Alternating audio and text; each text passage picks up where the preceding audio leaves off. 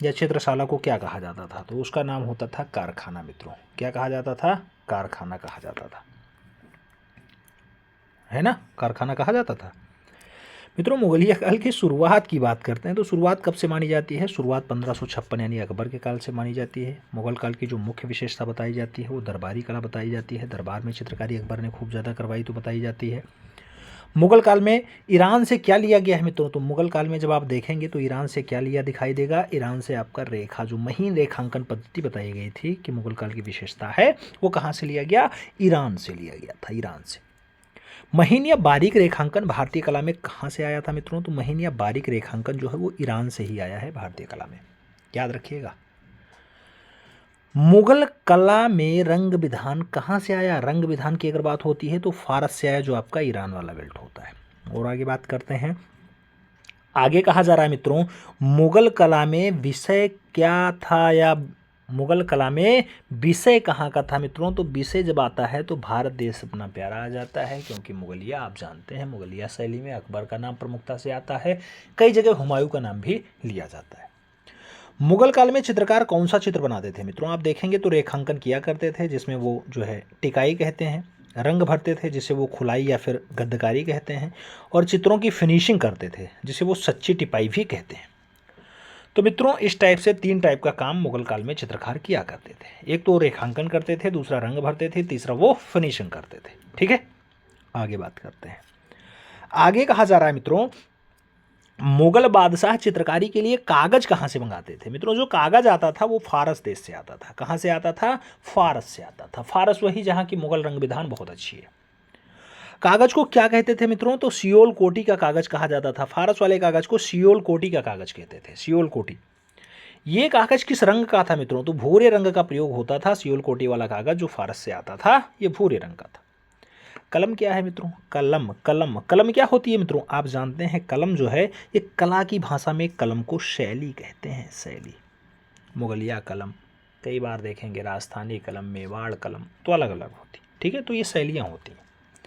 आगे कहा जाता है पोर्ट्रेट या व्यक्ति चित्र को मुगल काल में किस नाम से जाना गया मित्रों? तो इसी को सभी ही चित्र कहा गया, और सभी बनाने में बहुत सारे कलाकारों का नाम आता है। मुगलिया काल का सबसे बढ़िया सभी रचनाकार कौन है मित्रों?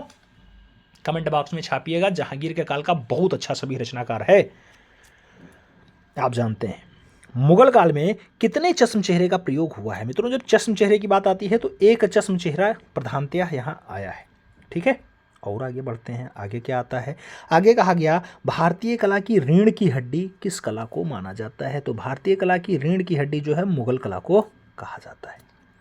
चित्रों में नाम लिखने की प्रथा कब से चली? तो मुगलिया काल से चली, जो अकबर के समय से बताई जाती है। चित्रों में नाम लिखने की प्रथा कहाँ से आई? तो ये भी आपके ईरान की दिन बताई जाती है। और आगे बात करेंगे मित्रों तो और आगे आता है मुगल काल में एल्बम को क्या कहते थे? एल्बम का नाम क्या होता था? तो मुगलिया काल का एल्बम मुरक्का यानी चित्रधार कहलाता था। क्या? चित्राधार या चित्रधार या मुरक्का। तो मुगलिया काल का एल्बम जो है जहाँ फोटो को संग्रहित किया जाता है उसको मुरक्का या चित्राधार कहते थे। आगे बात करें तो मुगल काल में चित्रशाला देखने वाले को क्या कहा जाता था मित्रों? चित्रशाला देखेगा उसका नाम दरोगा होगा। मुगलिया काल में चित्रशाला को क्या कहते थे? कारखाना कहते थे। मुगल काल में खटाई, खटाई किसे कहा जाता था मित्रों? खटाई जो है कागज को कहा गया है, याद रखिएगा। खटाई कागज को कहा गया है, कागज को कहा गया। सियोल कोटी वाला कागज जो प्रयोग किया गया है भूरे रंग का, उसको खटाई भी कहा गया। मुगल शैली की चित्रण विधि किन नामों से जानी जाती है? तो टिपाई नाम से, गद्दकारी नाम से, खुलाई नाम से और घुटाई नाम से जानी जाती है। मुगल काल में खत परदाद किसके द्वारा दिखाया जाता है? तो खत और परदाद ये दोनों किसके द्वारा? रेखाओं के द्वारा ही दर्शाया जाता है। आगे बात करेंगे, अगला पॉइंट्स आता है मित्रों। अगला पॉइंट्स आपसे कह रहा है कि बिंदु परदाद किसके द्वारा दिया जाता है? बिंदु परदाद की बात होती है तो बिंदुओं के द्वारा दिया जाता है। जबकि मुगल काल में चित्रों की पृष्ठभूमि कैसी थी? तो पृष्ठभूमि मित्रों हल्के रंग की थी। कैसी थी? हल्के रंग की थी। बात करें आगे तो खुलाई यानी अंतिम रेखांकन, अंतिम रेखांकन किस रंग से किया जाता है? तो ये काले रंग से किया जाता है। कैसे किया जाता है? काले रंग से किया जाता है। आगे बात करेंगे मुगल शैली में रंग किससे बनाए जाते थे? तो रंग मित्रों फूलों से बनाए गए हैं, पत्तियों से बनाए गए हैं और खनिजों से भी रंग बना करके मुगलिया शैली में प्रयोग किए गए हैं।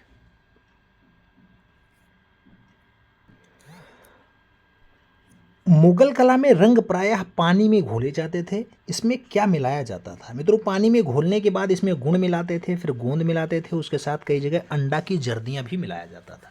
तो अंडा, गोंद और गुड़ मिला करके मुगल काल के रंग पद्धति को मेंटेन किया जाता था, इससे रंगन किया जाता था। मुगल कला में रात्रि दृश्य अथवा वर्षा का वातावरण दर्शाने के लिए प्रत्येक रंग में काला रंग मिला देने पे उसे क्या कहा जाता था मित्रों? तो बुता रंग कह देते थे। जैसे वर्षा का रंग अगर दर्शाना है आपको, तो कोई भी रंग हो उसमें काला रंग मिला करके उससे चित्रांकन कर दिया जाता था, रंगन कर दिया जाता था, उसे बुता रंग कह देते थे, वो वर्षा का रंग दर्शा देता था। और आगे बढ़ते हैं मित्रों, आगे आता है, क्या आता है? चमकदार रंगों को क्या कहते थे? चमकदार रंगों को चूह चूहा रंग कहते थे। क्या कहते थे? चूह चूहा रंग कहते थे। मुगल काल में चित्रकार को क्या कहते थे मित्रों? तो मुगल काल में जो चित्रकार होते थे उसे कहा जाता था कलम करतार। क्या? कलम करतार। तो उसका नाम कलम करतार होता था, याद रखिएगा। चित्रकार को, तूलिका को क्या कहते थे? तो चित्रकार की तूलिका को कलम कहा जाता था। और मुगल चित्रों में किसका अधिक समावेश है? तो यथार्थता का समावेश ज्यादा दिखाई देता है। मुगल के चित्रों में यथार्थता का समावेश ज्यादा दिखाई देता है। आगे बात करेंगे, अगला पॉइंट आता है, मुगल कालीन भित्तीय चित्र किसकी देन है? तो मुगल काल की जो भित्तीय रचना है वो इटली की बताई जाती है। मुगल काल की जो भित्तीय रचना है, दीवार पर चित्रकारी है, वो इटली की बताई जाती है, याद रखिएगा। जबकि कागज जो मानवे, तो आप जानते हैं कागज की बात होती है तो वो फारस से मंगाया करते थे, ठीक है, फारस से, रंग विधान फारस का रहा है। मुगल कालीन भित्ति चित्रों पर किस देश का प्रभाव ज्यादा है? तो इटली का है। मुगलिया कालीन भित्ति चित्र किस विधि से बनाई गई हैं? तो फ्रेस्को बूनो पद्धति में बनाई गई हैं। मुगल शैली का मूल आधार कौन सी शैली है? तो ईरानी शैली मानी जाती है। और आगे बढ़ेंगे, कहा जाता है मुगल शैली में प्रकृति चित्रण कैसा है? तो स्वाभाविक चित्रण यहां बताया गया है। जबकि मुगलों की दरबारी भाषा क्या थी मित्रों? तो फारसी बताई गई है। मुगल शैली को जो वातावरण मिला वो कैसा है? तो वातावरण भारतीय वातावरण है इनका। और मुगल शैली के चित्र कैसे हैं? तो ये कथा प्रधान बताए गए हैं। कैसा प्रधान? कथा प्रधान बताए गए हैं। मुगल कला में कैसे चित्रों का अभाव है? तो धार्मिक चित्र थोड़ा कम दिखाई देते हैं मुगलिया शैली में। और मुगल कला में कैसे चित्रों की अधिकता है मित्रों? तो यहाँ सभी ही बनाने की भीड़ लगी हुई थी, सभी ही खूब ज़्यादा बना, यानी व्यक्ति चित्र खूब ज़्यादा बने। मुगल कला में चित्रों के किनारे पर किसका चित्रण होता था मित्रों? तो फूल पत्ती किनारे पे बनाए जाते थे। क्या बनाया जाता था? फूल पत्ती बनाया जाता था। मुगल शैली में जिन पशुओं का चित्रण हुआ है उनमें स्वाभाविकता और ऐतिहासिकता की प्रधानता किस चित्रों में पाई गई है? तो स्वाभाविकता और ऐतिहासिकता की जो प्रधानता है वो जंगली जानवरों के शिकार में पाई गई है। और आगे बात करेंगे, कहा जा रहा है, क्या कहा जा रहा है? मुगल कला में बादशाहों ने चित्र अधिकतर किस समय में बनाए? तो जन्मोत्सव का चित्र खूब ज्यादा बादशाह के बना है। जो बादशाह का चित्र बना मित्रों, उनके जन्म के टाइम का चित्र खूब ज्यादा बना है। आगे बात करते हैं, आगे कहा जा रहा है मुगलों के पूर्वज कौन थे? मंगोल थे, जो मध्य एशिया से आए थे, यही इनके पूर्वज थे। मुगल शैली पे प्रमुख रूप से प्रभाव की शैली का रहा है तो ईरानी शैली, विशेष करके हाथियों के अंकन के लिए मुगलिया शैली जानी जाती है और खूब ज्यादा ये प्रभावित भी रही है।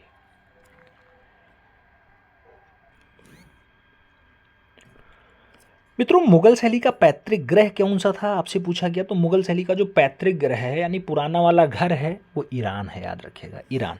और ईरानी शैली की विशेषता क्या रही है? तो आकृतियां खूब ज्यादा यहाँ बनाई गई हैं। ईरानी फारसी मुगल कला का आदि स्रोत या फिर जन्म स्थान कहाँ का था मित्रों? तो जन्म स्थान इसका समरकंद वाला है और हिरात वाला। तो समरकंद और हिरात जो है वो ईरानी और मुगलिया का जन्म स्थान बताया जाता है। ईरानी यानी हिराती शैली, तो हिरात शैली का सबसे उत्तम चित्रकार कौन है मित्रों? तो हिरात शैली का सबसे बढ़िया चित्रकार पूर्व का रेफेल है, जिसे नाम दिया जाता है बेहजाद। तो बेहजाद बनता है। बेहजाद किस वंश का था मित्रों? तो ये तैमूर वंश का रहा है। बेहजाद जो है ये तैमूर वंश का था। बेहजाद किस शासन का दरबारी चित्रकार था? तो सुल्तान हुसैन शाह बेगरा मिर्जा का जो है दरबारी चित्रकार रहा। उसके बाद ये बाबर के साथ भारत आया, बाबर के काल का चितेरा बना।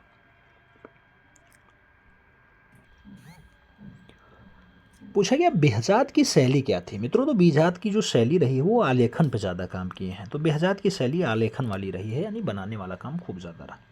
बेहजाद कैसे चेहरे बनाने में निपुण था मित्रों? तो दाढ़ी युक्त चेहरा खूब बढ़िया बनाता था, लेकिन दाढ़ी रहित चेहरा बनाने में थोड़ी सी इसे दुविधा थी, ठीक है। ईरानी शैली में कितने चश्म चेहरे की अधिकता पाई गई है? तो पार्श्व यानी 1.5 चश्म चेहरे की प्रधानता बताई गई।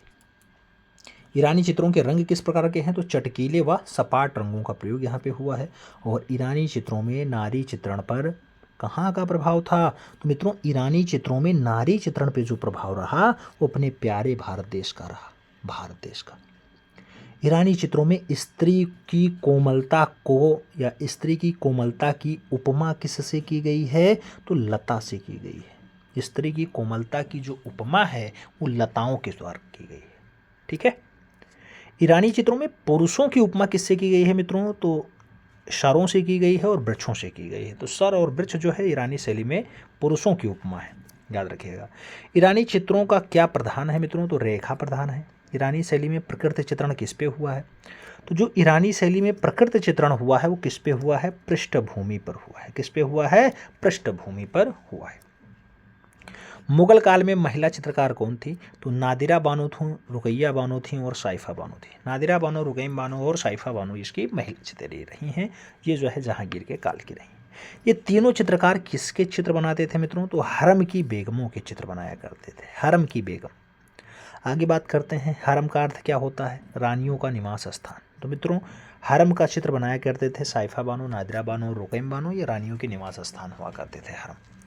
मुगल शैली का पतन कब होता है मित्रों? तो 17वीं से 18वीं सदी में जब औरंगजेब का शासनकाल आता है तब मुगलिया शैली का पतन होना स्टार्ट हो जाता है। आगे बढ़ेंगे, बाबर का नाम आएगा मित्रों। मुगल शैली का जन्मदाता नहीं है, मुगल वंश का जन्मदाता है। तो बाबर 1526 से 1530 तक शासन करता है। मुगल साम्राज्य का संस्थापक कौन था? बाबर था। बाबर का जन्म कब हुआ? 14 फरवरी 1483 को। मावरा उनहर की एक छोटी सी रियासत थी जिसे फरगना कहा जाता था। मध्य एशिया में फरगना है और फरगना का शासक रहा है इनके फादर। बाबर का पूरा नाम क्या होता है मित्रों? तो जहारुद्दीन मोहम्मद बाबर इनका पूरा नाम होता है। जहारुद्दीन मोहम्मद बाबर किसका पूरा नाम है? बाबर का पूरा नाम है। बाबर के फादर का नाम क्या था? उमर शेख मिर्जा, जो तैमूर वंश से रहे। तो शेख उमर शेख मिर्जा। बाबर की माता का नाम क्या था मित्रों? तो तुगलक निगार खानम इनकी माता है। माता जो है वो चंगेज वंशीय रही हैं। कौन से वंश से? चंगेज से। पिता कौन से वंश से? तैमूर वंश से। तो तैमूर प्लस चंगेज से बाबर का जन्म हुआ है, याद रखिएगा। आगे कहा जाता है मित्रों 1507। 1507 में बाबर ने कौन सी पदवी धारण की थी? तो पादशाह की पदवी धारण की थी। बाबर किस भाषा का अच्छा ज्ञाता था मित्रों? तुर्की बहुत बढ़िया जानता था और फारसी भी जानता था। इसीलिए बाद में आगे चल करके फारसी जो है ये मुगलों की आधिकारिक भाषा बनती है, आधिकारिक भाषा। बाबर की आत्मकथा का नाम क्या था? बाबरनामा। बाबरनामा या फिर तुझ ए बाबरी या फिर वाकायते बाबरी। वाकायते बाबरी कहो, बाबरनामा कहो या फिर तुझ के बाबरी कहो, या बाबर की आत्मकथा है, खुद के द्वारा लिखी जाती है मित्रों। आगे कहा जाता है कला का पारखी होते हुए भी बाबर जो है वो कला का विकास क्यों ना कर सका? क्योंकि साम्राज्य विस्तार वो ज़्यादा चाहता था। साम्राज्य विस्तार सोचो, फरगना से लेकर के भारत तक का कब्जा किया, तो साम्राज्य विस्तार ज़्यादा किया, इसलिए कला पे विस्तार नहीं कर पाया। शाह मुजफ्फर किस में चर्चा की गई है मित्रों? शाह मुजफ्फर की किस में चर्चा हुई है? बाबरनामा में चर्चा हुई। यानी बाबर के काल का चितेरा कौन होगा? शाह मुजफ्फर होगा। शाह मुजफ्फर किस तरह के चित्र बनाने के लिए जाना जाता था? तो व्यक्ति चित्र बहुत बढ़िया बनाता था। आलेखन चित्र कौन बनाता था? आलेखन चित्र के लिए अभी आपने कहा है बेहजाद, जबकि शाह मुजफ्फर व्यक्ति चित्र यानी शबीह बनाने के लिए जाना जाता है। शाह मुजफ्फर क्या बनाने में निपुण था मित्रों? सदृश्य बनाने में, यानी व्यक्ति चित्र बनाने में, यानी शबीह बनाने में। सामने रख दो, बढ़िया से उतार देंगे। बाबर अपने साथ कौन सी पोथी लाया था? पोथी का नाम शाहनामा है, याद रखिएगा। शाहनामा में क्या चित्रित है? तो ईरानी राज दरबार बहुत बढ़िया से चित्रित किया गया। शाहनामा इसके समय कहाँ सुरक्षित है? तो रॉयल एशियाटिक सोसाइटी लंदन जाइएगा, शाहनामा का दृश्य आपको वहाँ देखने को मिल जाता है। आगे बात करते हैं मित्रों। आगे कहा जाता है पानीपत का युद्ध कब हुआ था? पानीपत का जो युद्ध है वो 1526 ईस्वी में हुआ। इस युद्ध में कौन विजयी हुआ? तो बाबर जीतता है पानीपत के युद्ध में। बाबर की मृत्यु कब होती है? तो ये 27 दिसंबर 1530 को सदा के लिए अलविदा कह जाता है। तुर्की से फारसी में अनुवादित बाबर की आत्मकथा किस नाम से जानी जाती है? तो तुर्की से फारसी में अनुवादित है वाकायत बाबरी के नाम से जानी जाती है। रचनाकाल 1589 ईस्वी का रहा है, 1589। शाहनामा ग्रंथ के लेखक कौन होते हैं मित्रों? बहुत बार छपा है क्वेश्चन। शाहनामा ग्रंथ किसने लिखा? फिरदौसी की रचना होती है, अच्छी रचनाओं में शुमार है। अब बाबर का पुत्र हुमायूं की बात करते हैं मित्रों। हुमायूं 1530 से 1556 तक शासन करता है। हुमायूं का जन्म कब हुआ? तो 6 मार्च 1508 को होता है, काबुल में होता है। हुमायूं भारत की गद्दी पे कब बैठता है? तो 29 दिसंबर 1530 को गद्दी पे बैठ जाता है। कब बैठता है? 29 दिसंबर 1530 को। कौन सा बादशाह जो युद्ध में जाते समय अपने पास सचित्र पोथी रखता था मित्रों, युद्ध में जाते समय भी सचित्र पोथियां रखता था, वो ऐसा राजा हुमायूं ही था। हुमायूं की पुस्तक का नाम बताइए मित्रों। हुमायूं हुमायूं हुमायूं हुमायूं की पुस्तक का नाम है हुमायूं नामा, या फिर दास्ताने अमीर हमजा, या फिर अमीर हमजा, या फिर अमीर हमजा। मित्रों बहुत टाइप से लिखा है, सब हुमायूं की आत्मकथा ही है, ठीक है। हुमायूं नामा ने कितने चित्र और कितनी जो है शायरियां की हैं, तो कितने चित्र और कितनी शायरियां की मित्रों? 1400 चित्र और शायरियां मिला करके हुमायूं नामा में किया गया है। दास्ताने अमीर हमजा की चित्रकारी, दास्ताने अमीर हमजा की चित्रकारी किसके समय में शुरू हुई और किसके समय में खत्म हो गई? तो हुमायूं के समय में शुरू हुई और अकबर के समय में खत्म हो जाती है क्या? दास्ताने अमीर हमजा की चित्रकारी। दास्ताने अमीर हमजा का चित्रांकन किसके संरक्षण में हुआ मित्रों? संरक्षण की बात आती है तो ख्वाजा अबू समद सिराजी का नाम आता है, ख्वाजा अबू समद सिराजी का नाम आता है। ये किस पर चित्रित की गई है मित्रों? तो ये जो है चित्रित हुई है वो कपड़े पर चित्रित हुई है, याद रखिएगा, कपड़े पर चित्रण हुआ है बहुत अच्छे से इसका, ठीक है। पूछा जाता है किस पे चित्रित हुआ, तो मित्रों आपका जो अमीर हमजा है वो कपड़े पर चित्रित हुआ है। हुमायूं नामा के लेखक का नाम क्या था? गुलबदन बेगम थी। सुंदर पक्षियों के चित्र सबसे पहले किस मुगल बादशाह ने बनवाए? तो सुंदर पक्षियों को सबसे पहले जो है हुमायूं के द्वारा बनवाया गया। आगे बात करते हैं मीर सैयद अली जुदाई, जुदाई और ख्वाजा अबू समद सिराजी की मुलाकात हुमायूं से कहाँ पे हुई? तो काबुल से लौटते वक्त तबरेज नामक स्थान पे ये लोग किससे मिलते हैं? मीर सैयद अली और ख्वाजा अबू समद सिराजी किससे मिल जाते हैं? अकबर के फादर से मिलते हैं, यानी हुमायूं से मिल जाते हैं। हुमायूं तथा अकबर ने चित्रकारी की शिक्षा किससे ली? तो ख्वाजा अबू समद सिराजी ने जो है इन्हें कलक शिक्षा दी। हुमायूं की मृत्यु कब होती है? तो 26 जनवरी 1556 को हुमायूं की मृत्यु हो जाती है मित्रों। अकबर का काल आ जाएगा, जैसे हुमायूं का जो है टाइम पीरियड खत्म होगा, अकबर का काल स्टार्ट हो जाएगा। 1556 से 1605 तक अकबर का काल रहा है। मुगल कला का जन्मदाता मित्रों देख लो आ गया, मुगल कला का जन्मदाता अकबर। अकबर का जन्म कब हुआ? 15 अक्टूबर 1542 को अमरकोट के राणा वीर साल के महल में हुआ है। अकबर के फादर का नाम क्या रहा? हुमायूं रहा। अकबर की माता का नाम क्या रहा? हमीदा अमानो बेगम रहा। अकबर ने कौन सा धर्म चलाया मित्रों? तो अकबर ने एक धर्म चलाया जिसे नाम दिया दीन इलाही धर्म। कब चला? 1570 में चला। अकबर कितने वर्ष की उम्र में गद्दी पर बैठा मित्रों? तो 13 वर्ष की उम्र में ये गद्दी पर बैठ जाता है। अकबर कला का जो है अकबर कला का आरंभ किसके समय में माना जाता है? तो अकबर कला का समय जो है वो 1556 से स्टार्ट होता है, 1556 से। मुगल कला क्या कहा गया मित्रों? मुगल कला में ईरानी प्रभाव किसके समय दिखा? तो ईरानी प्रभाव जो दिखाई देगा वो अकबर के समय में, अकबर के समय में मुगलिया शैली आ जाएगी। तो इससे पहले के समय में यानी अकबर के समय तक ही दिखाई दिया। उसके बाद जहांगीर का काल तो चित्रकला का स्वर्ण काल हो जाता है, उसके काल में खुद के प्रभाव सब आ जाते हैं मित्रों। आगे कहा जाता है अकबर के समय में किस धर्म के चित्रकार अधिक थे? तो हिंदू धर्म के चित्रकार अकबर के काल में ज्यादा रहे। अकबर के समय कितने प्रसिद्ध हिंदू चित्रकार थे? 13। कितने? 13। आगे बात करेंगे मित्रों। आगे कहा जाता है अकबर के दरबार में कितने रत्न थे? तो अकबर के दरबार में कितने रत्न? 9 रत्न थे। कितने? 9 रत्न। 9 रत्नों के नाम क्या थे? अब्दुल रहीम खान का नाम, वीरबल, तानसेन, टोडरमल, भगवान दास, फैजी, मुल्ला दो प्याजा और अब्बुल फजल के साथ मान सिंह का नाम प्रमुखता से लिया जाता है।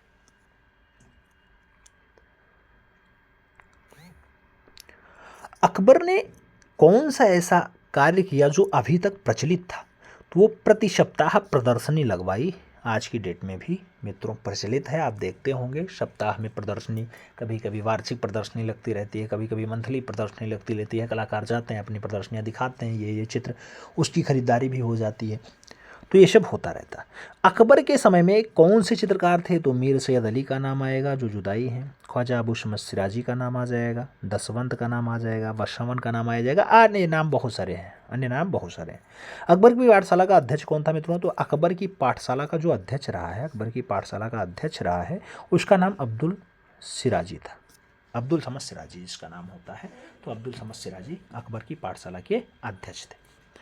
अकबर के गुरु कौन थे मित्रों? तो अबू समद सिराजी ही अकबर के गुरु बताए जाते हैं, क्योंकि इन्होंने प्रारंभिक शिक्षा जो चित्रकला की थी वो दी थी।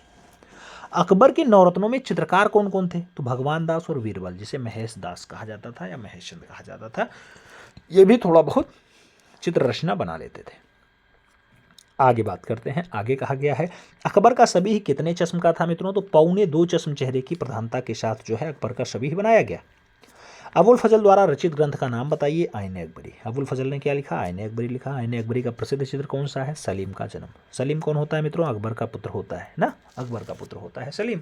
सलीम का वास्तविक नाम बाद में अभी आपको पता चलेगा, फिलहाल आप लोग जानते हैं, कमेंट बॉक्स में छापिएगा। आगे बात करते हैं, आईने अकबरी में अकबर के समय में कितने श्रेष्ठ चित्रकारों का वर्णन है मित्रों? तो 100 से अधिक श्रेष्ठ चित्रकारों का वर्णन मिल जाता है आईने अकबरी में। मुगल कला में किसके समय में सर्वाधिक व्यक्ति चित्रण हुआ मित्रों? तो अकबर के समय में मैक्सिमम व्यक्ति चित्रण हुआ है। मुगल कला में भित्तीय चित्र की शुरुआत किसने की? तो भित्तीय रचना जो है अकबर के काल से स्टार्ट हो जाती है। और भारत सरकार नामक प्रसिद्ध चित्र किसका है? भारत सरदार। भारत सरदार नामक बढ़िया चित्र किसका है मित्रों? तो अकबर का ही बताया जाता है, भारत सरदार। मुगल चित्रों में लेख प्रक्रिया कब तक रही? लेख प्रक्रिया की अगर बात आती है तो अकबर के टाइम पीरियड तक लेख प्रक्रिया भी रही है। और दीन इलाही धर्म का उद्घोष क्या था मित्रों? तो सुलह कुल उत्सव के रूप में मनाना, यही इसका उद्देश्य था। आगे बात करते हैं, आगे जाता है सलीम का जन्म नामक चित्र कितने उपदेशों में दर्शाया गया है? तो सलीम का जन्म नामक चित्र कितने उपदृश्यों को दर्शाया गया? तो सलीम का जन्म वाले में 4 उपदृश्य दर्शाए गए। स्वर्ण मंदिर अमृतसर के लिए भूमि किस मुगल सम्राट ने दी थी? तो स्वर्ण मंदिर में जो अमृतसर वाला स्वर्ण मंदिर है वो बनवाने के लिए अकबर ने भूमि दान की थी। अकबर के शाही पुस्तकालय कहाँ कहाँ है मित्रों? तो एक तो आगरा है, दूसरा दिल्ली है, तीसरा लाहौर है। तो आगरा, दिल्ली, लाहौर में इनके शाही पुस्तकालय भी रहे हैं। अकबर के पोथी खाने में कितने हस्त लिखित पुस्तकें हैं मित्रों? तो अकबर के पोथी खाने में जो हस्तलिखित पुस्तकें हैं वो लगभग 24,000 हैं। कितनी हैं? 24,000 हैं। और प्रत्येक पुस्तक की कीमत कितनी है? तो एक एक पुस्तक की दाम 1-1 लाख रुपए है। ठीक है। रामचरितमानस की रचना के समय मुगल शासक कौन था? रामचरितमानस के समय मुगलिया शासक अकबर ही रहे हैं। रामचरितमानस तुलसीदास ने लिखी है, याद रखिएगा। कई बार पूछा गया तुलसीदास किसके समकालीन थे? तो अकबर के समकालीन थे। हरिवंश पुराण का चित्रण किस शैली में हुआ? तो हरिवंश पुराण मुगल शैली में अकबर के समय में ही हुआ है। बाबर का घोड़े से गिरना चित्र किस शासक के समय बना? तो बाबर घोड़े से गिर रहे हैं, ऐसा दृश्य अकबर के काल में बना। किस शासक के चित्रों में संयोजन में भीड़ अधिक थी? मित्रों चित्र संयोजनों में ज़्यादा भीड़ रही, तो अकबर के शासनकाल में चित्र संयोजन में थोड़ी भीड़ ज़्यादा रही। गोवा से ईसाई कलाकार तथा प्रचारक किस मुगल शासक के समय बुलाए जाते थे? तो गोवा से आए अकबर के समय के ही कलाकार रहे हैं जो गोवा से बुलाए गए और खूब बढ़िया से प्रचार प्रसार भी किया। कौन सी चित्रित मुगल पांडुलिपि जयपुर में संग्रहित है? तो मित्रों मुगल पांडुलिपि है, जयपुर में संग्रहित है, रजमनामा उसका नाम होता है। आगे बात करते हैं, आगे आएगा अकबरनामा के किस चित्रों में किले में राजपूत वीरांगनाओं का जौहर दिखाया गया? राजपूत वीरांगनाओं का जौहर चित्तौड़ के घेरे में दर्शाया गया। कहाँ पर? चित्तौड़ के घेरे में। किस मुगल सम्राट के काल में व्यक्ति चित्रों को मुगलिया शैली में विशेष स्थान मिला? तो अकबर के काल में ही व्यक्ति चित्रों को मुगलिया शैली में ज़्यादा स्थान दिया गया। अकबर ने किस कला को विशेष महत्व दिया? तो भवन निर्माण और चित्रकला को ज़्यादा इंपॉर्टेंस दी है अकबर ने। अकबरनामा पर आधारित सलीम का जन्म कौन सा? सलीम का जन्म। सलीम का जन्म चित्र में प्रसवालय की छत का प्रसन्नता के प्रतीक के रूप में कौन सी पक्षी चित्रित है मित्रों? तो सलीम के जन्म वाले चित्र में मोर को दर्शाने का काम किया गया है, मोर दर्शाया गया है। अकबरनामा में प्रमुख रूप से किस जीवन की झांकी प्रस्तुत की गई? तो वो जीवन की बात हो तो मुगल राज दरबारी जीवन की झांकी प्रस्तुत करने का काम किया गया। आगे बात करते हैं, तो अकबर के समय के ऐतिहासिक ग्रंथों में से कौन सा ग्रंथ सबसे बढ़िया है, सर्वश्रेष्ठ है? तो वो आपका अकबरनामा होता है, अकबरनामा। रणथंबोर किले की घेराबंदी चित्र किस ग्रंथ का है? तो ये भी आपके अकबरनामा का ही चित्र बताया जाता है। अकबर को किस तरह के दृश्य बनवाने में रुचि ज़्यादा रही मित्रों? तो अकबर जो है ज़्यादा दृश्य जो बनवाया वो युद्ध का दृश्य बनवाया, युद्ध के दृश्य बनवाने में विशेष रुचि रखता था।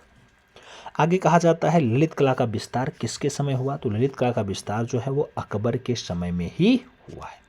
अकबर के समय में तैयार की गई बाबरनामा इस समय कहाँ है? तो अकबर के समय में तैयार की गई जो बाबरनामा है वो राष्ट्रीय संग्रहालय नई दिल्ली में रखी हुई है। फतेहपुर सीकरी के भवन में अलंकरण का कार्य किसने किया है? तो अलंकरण करवाने का काम भी अकबर के द्वारा ही करवाया गया। और अकबर के शाही पुस्तकालय में समान किसका किसका पोथी संग्रह है? तो अब्दुल रहीम खान खाना का जो है, और अकबर के शाही पुस्तकालय में लगभग सेम है। अब्दुल रहीम खान खाना का पोथी संग्रह सेम रहा है। ठीक है। अकबर की कितनी चित्रशालाएं हैं? तो अकबर की चित्रशालाएं 3 हैं। आप जानते हैं अकबर की चित्रशालाएं कितनी हैं? 3। एक आपकी आगरा में है 1550 से 72 के बीच बनाई, दूसरी फतेहपुर सीकरी में है 1572 से 1585 के बीच बनाई, और तीसरी आपकी लाहौर में है जो 1585 से 1601 के बीच बनाई। अकबर की चित्रशाला के अध्यक्ष कौन थे? तो मीर सैयद अली और ख्वाजा अबू समद सिराजी ये चित्रशाला के अध्यक्ष बनाए गए। अकबर की चित्रशाला के चित्रकार किस जाति से रहे हैं मित्रों? तो जाति की अगर बात आती है, जैसे आजकल जाति जनगणना बिहार की खूब चर्चा का विषय बना है कि जातिगत सर्वेक्षण आ गया, उसको लोग जनगणना बोल दे रहे हैं, ऐसा नहीं है। तो जो अकबर के काल की चित्रशाला में चित्रकार थे वो जाति कायस्थ थी, चितेरा थे और सिलावट थे, उसके साथ खाती जाति के लोग भी रहे। अकबर की चित्रशाला में कितने गुजराती चित्रकार थे? ध्यान रखना 6 गुजराती चित्रकार रहे, 13 हिंदू चित्रकार रहे। अकबर की कौन सी चित्रशाला अभी भी है? तो आगरा की चित्रशाला अभी भी दिखाई देती है। अकबर के दरबार में 13 हिंदू चित्रकार रहे मित्रों। 13 हिंदू चित्रकारों के नाम क्या क्या रहे? तो दसवंत हैं, बसावन हैं, केशवलाल हैं, मुकुंद हैं, मधु हैं, जगन्नाथ हैं, तारानाथ हैं, श्यामला दास हैं, महेश हैं, खेमकरण हैं, हरवंश हैं, राम हैं और माधव हैं। ये सब अकबर के दरबार के 13 हिंदू चित्रकार हैं। 1557 ईस्वी के तूफान में अहमदाबाद कितने चित्रकार गए थे? अहमदाबाद 3 लोग गए थे, तारानाथ गए, जगन्नाथ गए और श्यामला दास गए मित्रों। आगे बात करेंगे तो आगे कहा जाता है अकबर के दरबार में कितने प्रसिद्ध चित्रकार थे? तो मीर सैयद अली जो जुदाई थे वो हैं, ख्वाजा अबू समद सिराजी वो हैं, और दसवंत के साथ बसावन का नाम थोड़ा ज़्यादा फेमस रहा है। अकबर के समय में लगभग कितने चित्र बनाए जाते हैं? लगभग 20,000 चित्र बने हैं। आगे बात करेंगे मित्रों, थोड़ा सा मीर सैयद अली के बारे में देखेंगे। मीर सैयद अली जुदाई। मीर सैयद अली क्या बनाने में निपुण थे? तो ग्राम्य चित्र को बहुत बढ़िया से उकेरने का काम मीर सैयद अली का रहा है। मुगल शैली का जन्मदाता कौन है? मीर सैयद अली को ही बताया जाता है कि मुगलिया शैली का जन्मदाता यही है। अकबर के दरबार में या अकबर के दरबार का मीर मुशब्बर यानी मुख्य चित्रकार, तो मीर मुशब्बर कौन था मित्रों? यही मीर सैयद अली जी ही थे। और आगे बात करते हैं तो मीर सैयद अली किस शैली का कुशल चित्रकार था मित्रों? कुशल चित्रकार की अगर बात आती है, बढ़िया चित्रकार की बात आती है, तो फारसी रानी शैली को बहुत बढ़िया से समझता था। कौन? मीर सैयद अली। अब मीर सैयद अली के बाद एक नाम और देखिएगा, ख्वाजा अबू समद सिराजी का। ख्वाजा अबू समद सिराजी क्या बनाने में निपुण थे मित्रों? पशु पक्षियों को बहुत बढ़िया बना देते थे, पशु चित्रण के लिए जाने जाते हैं। आगे बात करते हैं, आगे कहा जाता है सीरी कलम की उपाधि किसने दी गई है?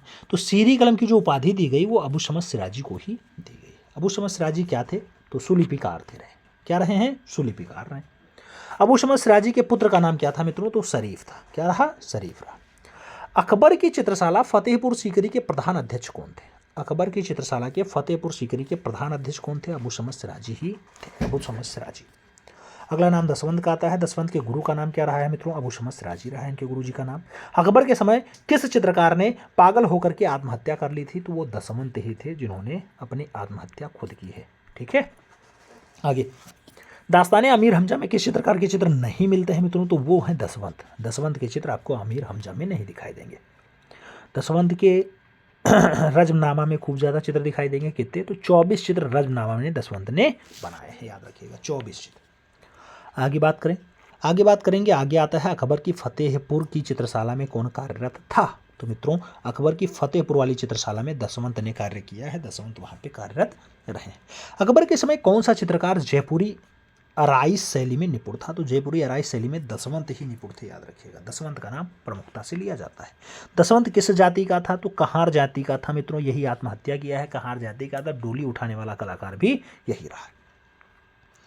अगला पॉइंट कह रहा है दसवंत द्वारा चित्रित ग्रंथ कौन सा है मित्रों? तो तैमूरनामा और रज्मनामा। तैमूरनामा और रज्मनामा जो है ये चित्रण का कार्य किसने किया? दसवंत ने किया। जयपुर रज्मनामा की प्रति में दसवंत का नाम कितने चित्रों पर है? तो 21 चित्रों में जयपुर वाली रज्मनामा में दसवंत का नाम बताया गया। दसवंत का नाम है, यानी कि दसवंत की चित्रकारी। अब दसवंत के बाद बसावन का नाम देख लेते हैं मित्रों। बसावन के गुरु का नाम क्या रहा है? तो बसावन के गुरु जी का नाम अबू समद सिराजी रहा है। बसावन कैसा चित्रकार था? व्यंग्यात्मक चित्रकार रहा, यानी व्यंग्यात्मक रचना खूब बढ़िया से करता था। चित्र की पीठिका यानी बॉर्डर लाइन बनाने में कौन प्रसिद्ध था? तो बसावन खूब बढ़िया से पीठिका बनाता था। और आगे बात करेंगे, आगे कहा जाता है अकबर के समय आगे की ओर झुकी आकृतियां कौन बनाता था? तो आगे की ओर झुकी आकृतियां बसावन ही बनाता था। बसावन ने कितने वर्षों तक चित्र निर्माण किया मित्रों? तो 40 वर्षों तक इन्होंने चित्र बनाने का काम किया है। बसावन ने लगभग कितने चित्रों का निर्माण किया? तो बसावन ने लगभग 200 चित्रों को बनाने का काम भी किया, 200 चित्र।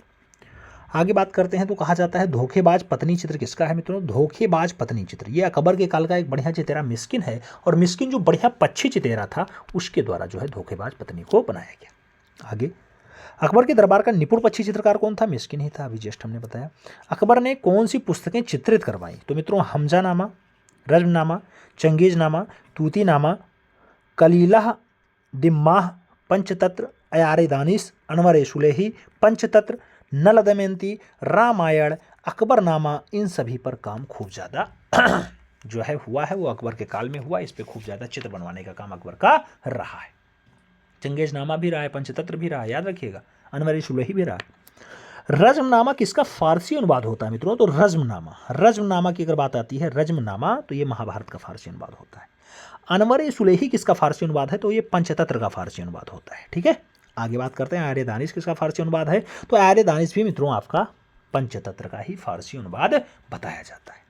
अकबरकालीन चित्रों को कितने वर्गों में यानी कितने भागों में बांटा गया? तो ये 4 भागों में बढ़ता है। पहला आपका आता है अभारतीय चित्र, दूसरा आता है भारतीय चित्र, तीसरा आता है ऐतिहासिक चित्र और चौथा आता है व्यक्ति चित्र। अभारतीय ग्रंथ जो है वो हमजानामा है। क्या है? हमजानामा। भारतीय ग्रंथ रामायण, रजनामा जो है महाभारत को कहा जाता है। अनवर ए सुलेही जो महाभारत वाला बताया गया है, अनवर ए सुलेही, लेकिन ऐसा नहीं है। अनवर ए सुलेही अभी जस्ट आपने देखा है, क्या था अनवर ए सुलेही? अनवर ए सुलेही अभी आपने तुरंत कहा है किसका चित्रण रहा है? अनवर ए सुलेही आपने अभी जस्ट देखा है, किसका चित्रण था? रजनामा का ना? नहीं, रजनामा कहाँ था मित्रों? अनवर ए सुलेही महाभारत का है? नहीं, महाभारत का नहीं है। आर्य दानिश किसका है? पंचतंत्र का। तो अनवर ए सुलेही किसका है फारसी अनुवाद? तो ये महाभारत का। तो इसका नाम दे दो मित्रों, क्या? पंचतंत्र, विष्णु शर्मा वाली पंचतंत्र। ठीक है। ऐतिहासिक ग्रंथ शाहनामा, बाबरनामा, तूरीनामा, तैमूरनामा और तारीख अल्फी, ये सब जो है ऐतिहासिक ग्रंथ हैं अकबर के काल के। दास्तान अमीर हमजा की बात होती है, हमजानामा में क्या चित्रित है मित्रों? दास्तान अमीर हमजा यानी हमजानामा में बादशाह, अमीर और किस्से कहानियाँ खूब ज़्यादा दर्शाए गए।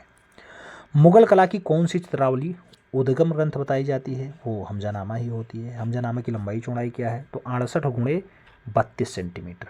सूती कपड़े बढ़िया बनाई गई है। हमजानामा का चित्र किस पे किया गया है मित्रों? तो सूती कपड़े पे हुआ है। हमजानामा में कहाँ का प्रभाव परिलक्षित होता है? तो फारस का प्रभाव खूब ज़्यादा दिखाई देता है। हमजानामा के चित्र किस शैली का प्रभाव है? कश्मीर की शैली खूब ज़्यादा हावी बताई जाती है।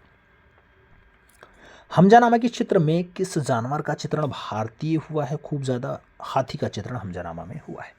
हमजानामा में स्त्री चित्रण में किस देश का प्रभाव दिखाई देता है? तो भारत देश का स्त्री खूब ज़्यादा दर्शाने का काम किया गया है हमजानामा में। हमजानामा के चित्रों के संयोजन पर कहाँ का प्रभाव ज़्यादा दिखाई देता है? तो अजंता शैली खूब ज़्यादा हावी रही है। अकबर द्वारा रचित ग्रंथ कौन सा है मित्रों? तो अमीर हमजा ही है। अमीर हमजा किसने लिखा? अकबर ने लिखा। अमीर हमजा में कितनी कहानियां हैं? 360 कहानियां हैं। अमीर हमजा कितने खंडों में विभाजित है? 12 खंडों में विभाजित है। तूतीनामा ग्रंथ का विषय क्या है? तोते का प्रेम प्रलाप है मित्रों। तूतीनामा में कितने चित्र हैं? 103 चित्रों का उल्लेख है। अनवर ए सुलेही कितने चित्र भारत कला भवन वाराणसी में रखे हैं? तो अनवर ए सुलेही के 27 चित्र, जिस पर 17 नहीं 16 चित्रकारों के नाम है मित्रों, वो भारत कला भवन वाराणसी में रखे हुए हैं। अयारे दानिश किस विषय पर आधारित है? तो पशु पक्षियों के किस्से कहानियों पर आधारित है अयारे दानिश। कलीला दम्माह किसका फारसी अनुवाद है मित्रों? बताइए। कलीला दम्माह किसका फारसी अनुवाद है? महाभारत का। रज्मनामा में कितने चित्र हैं मित्रों? 169 चित्र हैं। ये चित्र किस चित्रकार के द्वारा बनाए गए? तो 50 चित्रकारों ने मिलकर 169 चित्रों को बनाया है रज्मनामा में। रज्मनामा इस समय कहाँ सुरक्षित है मित्रों? तो जयपुर संग्रहालय में आपको रज्मनामा देखने को मिल जाएगी। याद रखिएगा, सभी पॉइंट्स इंपॉर्टेंट है। जहांगीर की बात होती है मित्रों, अकबर का पुत्र होता है जहांगीर। 1605 से 1627 तक शासन करता है। जहांगीर का जन्म कब हुआ? तो 30 अगस्त 1569 को फतेहपुर सीकरी में स्थित शेख सलीम चिश्ती की कुटिया में होता है। जहांगीर के बचपन का नाम क्या रहा? सलीम रहा। अभी जस्ट क्वेश्चन आया था, हमने पूछा था कि कमेंट बॉक्स में छापो, आप लोगों ने बताया भी होगा। जहांगीर का दूसरा नाम क्या था? शेखो बाबा किसका दूसरा नाम रहा है? जहांगीर का। जहांगीर का मुख्य शिक्षक कौन रहा मित्रों? तो अब्दुल रहीम खान खाना रहे। मुगल कला किसके समय तक बराबर विकास पाती रही, यानी किसके समय तक बराबर चलती रही, इक्वल रही? तो जहांगीर के समय तक बराबर चलती रही। मुगल कला का स्वर्ण युग किसके समय हुआ मित्रों? तो स्वर्ण काल की अगर बात आती है तो जहांगीर का समय होता है। किस शासक के समय में पाश्चात्य प्रभाव भी शुरू हो जाता है? तो जहांगीर के समय में ही पाश्चात्य प्रभाव भी आने लगता है। मुगल काल में ईरानी प्रभाव किसके समय खत्म हो जाता है? तो जहांगीर के समय में ईरानी प्रभाव बिल्कुल ना के बराबर हो जाता है। आगे कहा गया सभी चित्रों में जहांगीर ने क्या किया? तो श्रेष्ठ व्यक्तियों के पीछे आभा मंडल बनवाया। श्रेष्ठ व्यक्तियों के पीछे आभा मंडल बनवाया, सभी रचनाओं खूब ज़्यादा काम किया जहांगीर ने। मुगल कला में प्रकृति चित्रण सर्वाधिक किसके समय में हुआ है, तो वो जहांगीर के समय में खूब ज़्यादा देखने को मिलता है। लाहौर दुर्ग में भित्ति चित्र किसने बनवाया, तो वो जहांगीर के द्वारा ही बनवाया गया। लाहौर दुर्ग के भित्ति चित्र को सर्वप्रथम किसने देखा है मित्रों, तो विलियम फ्रेंच के द्वारा देखा गया। जहांगीरनामा की पहली प्रति जहांगीर ने किसको दी, तो वो शाहजहां को दी।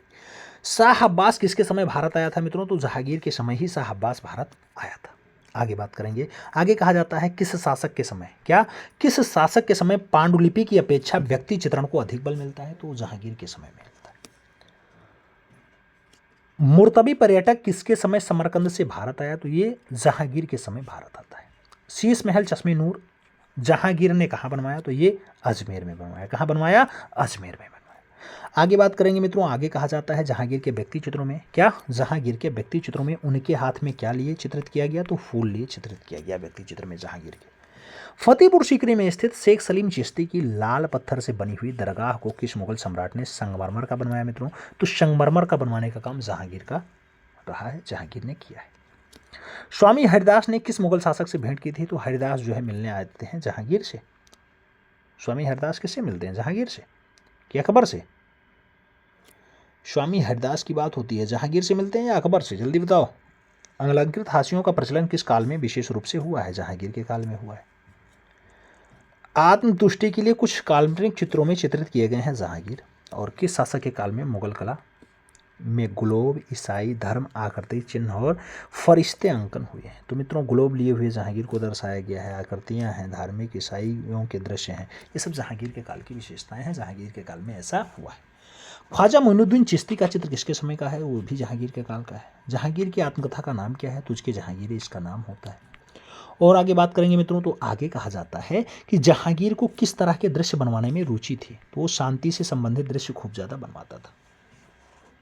जहांगीर ने अपनी आत्मकथा में किसका वर्णन किया है मित्रों, तो इनायत खान का वर्णन उन्होंने किया है। तो उसके जहांगीरी का पूरा श्रेय किसको दिया जाता है, तो मोतबिंद खां को दिया जाता है। तो उसके जहांगीरी का पूरा श्रेय।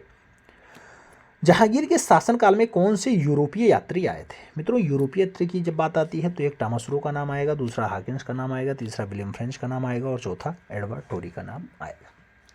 अब जहांगीर के काल के बढ़िया बढ़िया चित्रों के नाम देख लेना। महावीर जो जहांगीर का काल है उसमें बहुत सारे चित्रे हैं, जिसमें अकारजा का नाम आएगा, अबुल हसन का नाम आएगा, फारूक बेग हैं, उस्ताद मंसूर हैं, मनोहर हैं, विशनदास हैं, दौलत हैं, मोहम्मद मुराद हैं, नादिर हैं और गोवर्धन का नाम प्रमुखता से लिया जाता है। यह सब जहांगीर के काल की शोभा रहे हैं।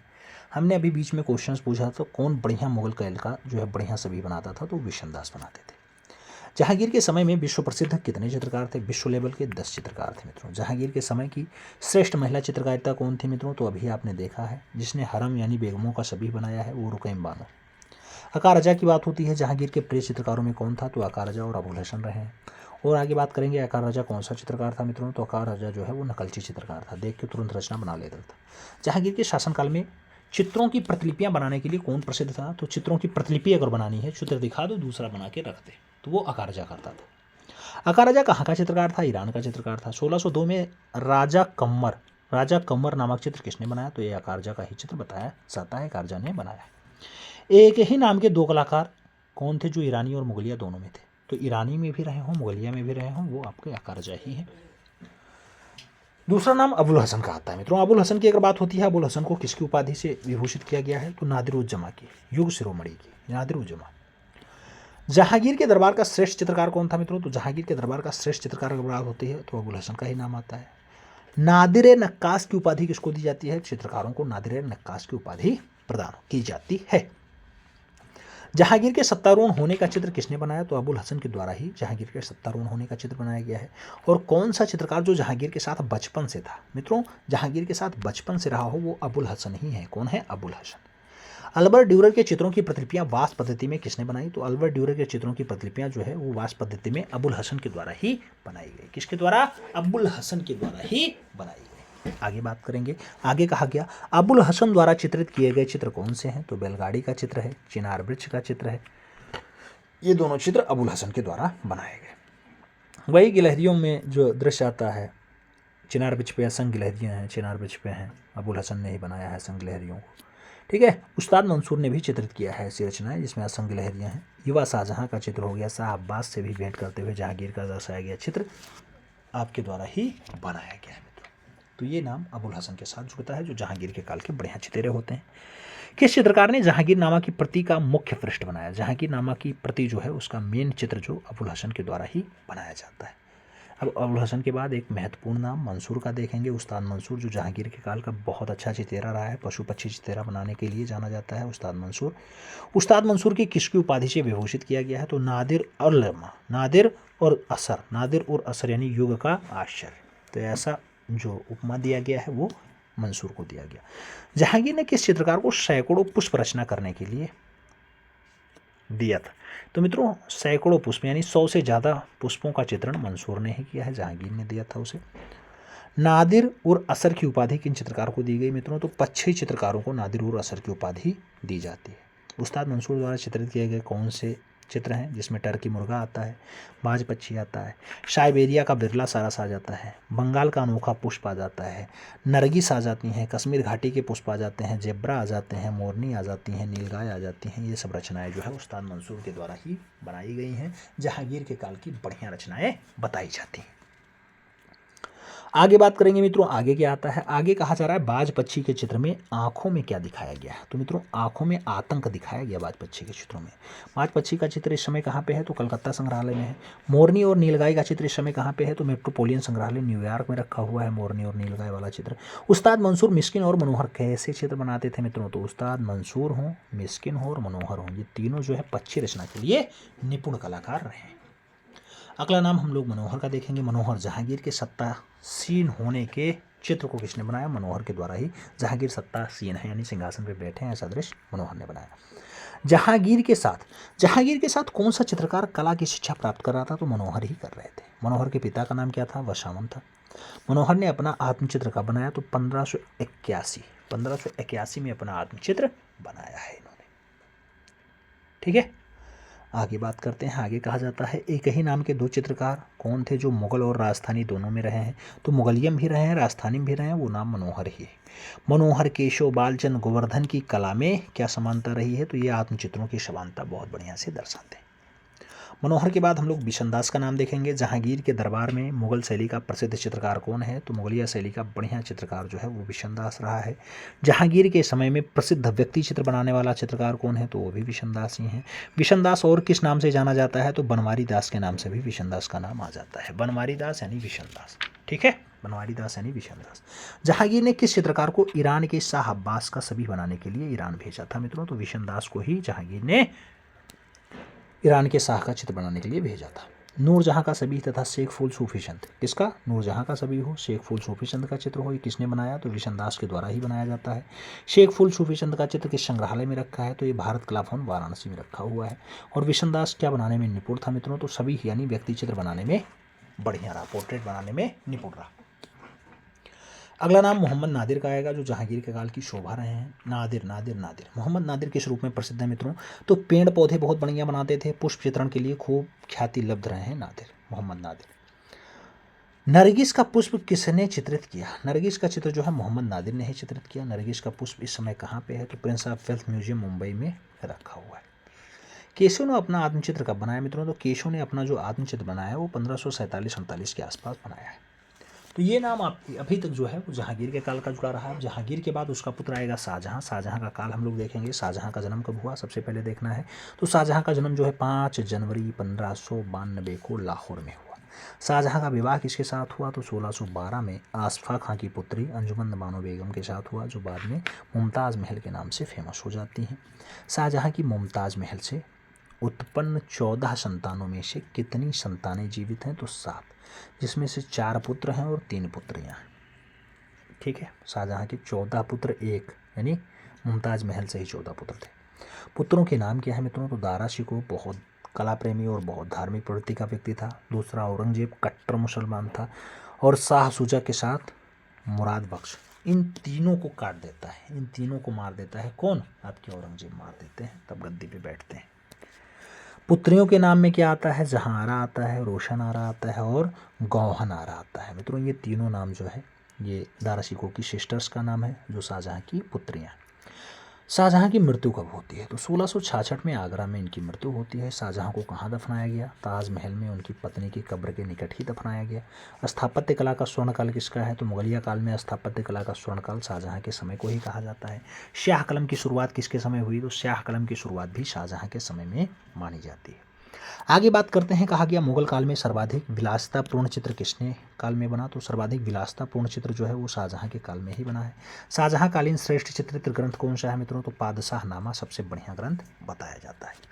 पादशाहनामा की रचना कब होती है? तो 1656-57 में होती है। और सुंदर श्रृंगार नामक ग्रंथ के रचयिता कौन है? तो सुंदर श्रृंगार नामक जो ग्रंथ लिखा जाता है वो किसके द्वारा लिखा जाता है? जगन्नाथ के द्वारा। सही जवाब देना। जगन्नाथ लिखता है क्या?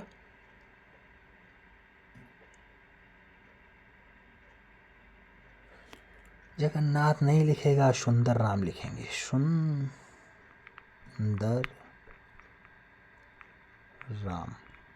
सुंदर राम लिखेंगे मित्रों। सुंदर श्रृंगार ग्रंथ जो लिखा जाता है वो सुंदर राम के द्वारा लिखा जाता है। रस गंगाधर नामक ग्रंथ के रचयिता कौन है? वो जगन्नाथ जी हैं। कौन है? जगन्नाथ जी हैं। आगे बात करते हैं, शाहजहाँ के समय किन लोगों ने कार्य किया था? तो चिंतामणि काम करते हैं, देवदत्त काम करते हैं और जगन्नाथ काम करते हैं। और आगे बढ़ेंगे और आगे नाम आएगा घने अंधकारपूर्ण वातावरण का। घने अंधकारपूर्ण वातावरण में तेज प्रकाश युक्त आकृतियाँ मुगल शैली में कब बनी? तो ये शाहजहाँ के काल से बननी स्टार्ट हो जाती हैं। किस बूढ़े मुगल शासक को ग्लोब पर खड़ा करके दर्शाया गया? तो ये शाहजहाँ को ग्लोब पे दर्शाया गया है। ग्लोब पे खड़े हुए हैं शाहजहाँ। पादशाहनामा के रचयिता कौन है मित्रों? तो पादशाहनामा को लिखने का काम अब्दुल हामिद लाहौरी का रहा है। पादशाहनामा का सचित्र प्रति किसने तैयार करवाई? तो शाहजहाँ के द्वारा ही तैयार करवाई गई। शाहजहाँ की किस कला में अत्यधिक रुचि थी? तो भवन निर्माण और वास्तुकला में शाहजहाँ ज़्यादा रुचि रखता था। और आगे बात होगी तो आगे कहा जाता है शाहजहाँ द्वारा निर्मित वास्तुकला का श्रेष्ठ उदाहरण कौन सा है? तो ताजमहल ही बताया जाता है। ताजमहल का नक्शा किसने बनवाया था? तो ईसा खां के द्वारा जो है ताजमहल का नक्शा बनाया गया। कौन सी इमारत वर्गाकार में है? तो वर्गाकार में ताजमहल ही आपकी दिखाई देती है। ताजमहल का निर्माण कब हुआ? तो 1632 से 1653 के बीच ताजमहल का निर्माण हुआ है। आगे बात करेंगे, शाहजहाँ ने दिल्ली के लाल किले की नींव कब रखी? तो 1639 में रखी। लाल किले कितने समय में बनकर तैयार हुआ? तो 9 वर्ष और 3 माह में लाल किला बना। 9 वर्ष और 3 माह में।